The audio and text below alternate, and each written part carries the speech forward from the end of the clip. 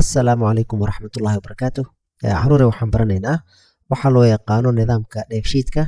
Nidaamka dheefshiidka oo ka mid ah nidaamyada kala duwan ama qaababka jirka u habaysan yahay. Nidaamkan dheefshiidka waxaa loo yaqaanaa marka gastrointestinal tract ama digestive system afka Ingiriiska. Marka wuxuu ka kooban yahay waa tubo dheer oo afkaaga ka bilaabata kuna dhammaata ilaa meesha saxrada kaaga soo baxdo, kaasoo marka oo ka mas'uul ah waxyaalaha oo nafaqada ah jirka inuu soo geliyo, waxyaalaha wasaqda ah jirka inuu ka saaro. Marka wuxuu ka bilowdaa afkaaga oo raashinka marka hore aad liqdid afkaaga meesha uu galaayo, kadibna wuxuu sii raacaa tubo dheer oo afkaaga iyo calooshaada isku xirta oo loo yaqaano esophagus.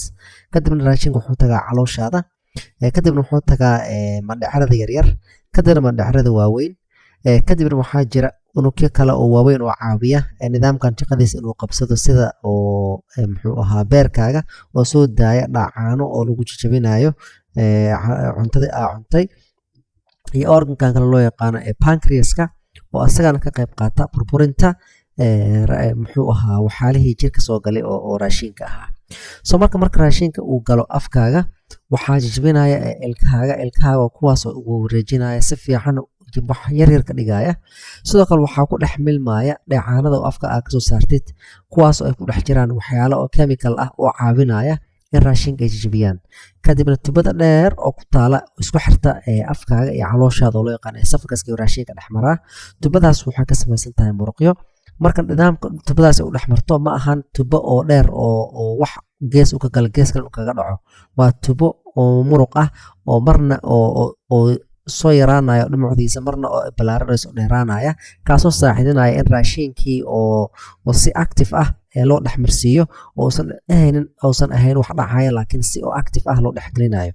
Kadib raashinka wuxuu tagayaa calooshaada ayadana oo laba qayb qabata. Mid waxa waaye chemical oo ay soo saarto waxyaalo oo ashit ah ama acid, kuwaas oo isku dhex wareejinaya oo jajabinaya raashinka, iyo sidoo kale in si mechanical ah macnaa in ay isku macnaa soo yaraato isku garaacdo raashinkiisi uu burburo.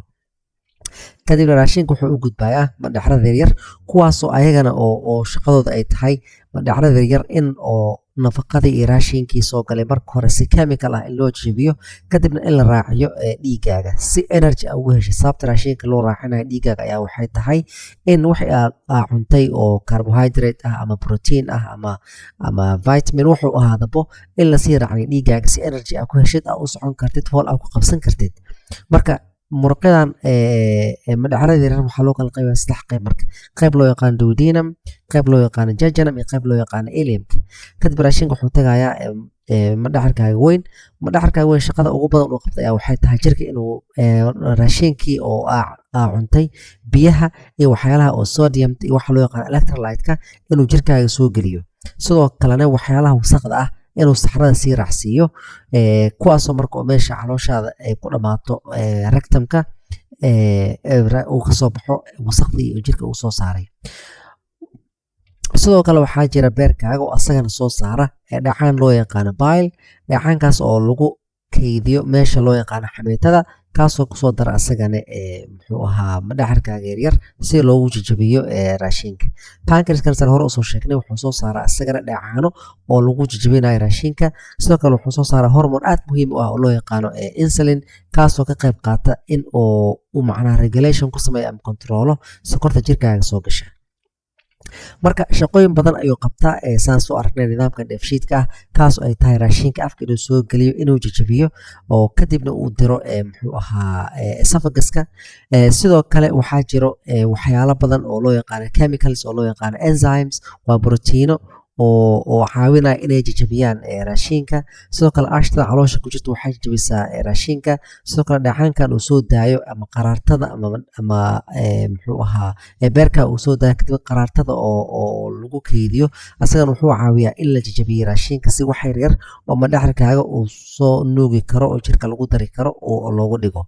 So marka raashinka carbohydrate-ka proteinka waxyaalaha oo dufanta ah waxaasoo dhan marka waxaa jajabiya dheecaanadan ay soo daayaan beerkaaga iyo pancreaskaaga kuwaasoo marka u saacidinaya in madhacarkaaga jirka usoo gelin karo sidoo kale marka madhacaradaada ayana shaqada ay qabtaysa hore usoo sheegnay waxay soo qaadaan raashinkii jirkaaga soo galay nafaqada dhiig ayay kusoo daraan kuwaasoo marka loo kala qeybiyo unugyada jirkaaga ku yaala oo dhan si ay hooshooda u qabsadaan sidoo kale tan hore usoo aragnay waxaa jiro muruqyadan waaweyn oo ayagana caawinaya in raashinka uu dhex socdo gastrointestinal tract ama nidaamka dheefshiidka waa waxa aan soo aragnay nidaamkii oo marna gaabanaya marna dheeraanaya oo muruqyada ay caawinayaan sidoo kalena wuxuu sameynayaa nidaamka dheefshiidka ah raashinka waxay soo haray oo wasaqa jirka in laga saaro kuwaasoo marka si saxara ah usoo baxaya sidoo kale shaqa wuxuu qabtaa nidaamkan oo nidaamka dheefshiidka hormoono badan oo ayagana shaqooyin badan qabanaya ha ahaado qofka in uu dhergo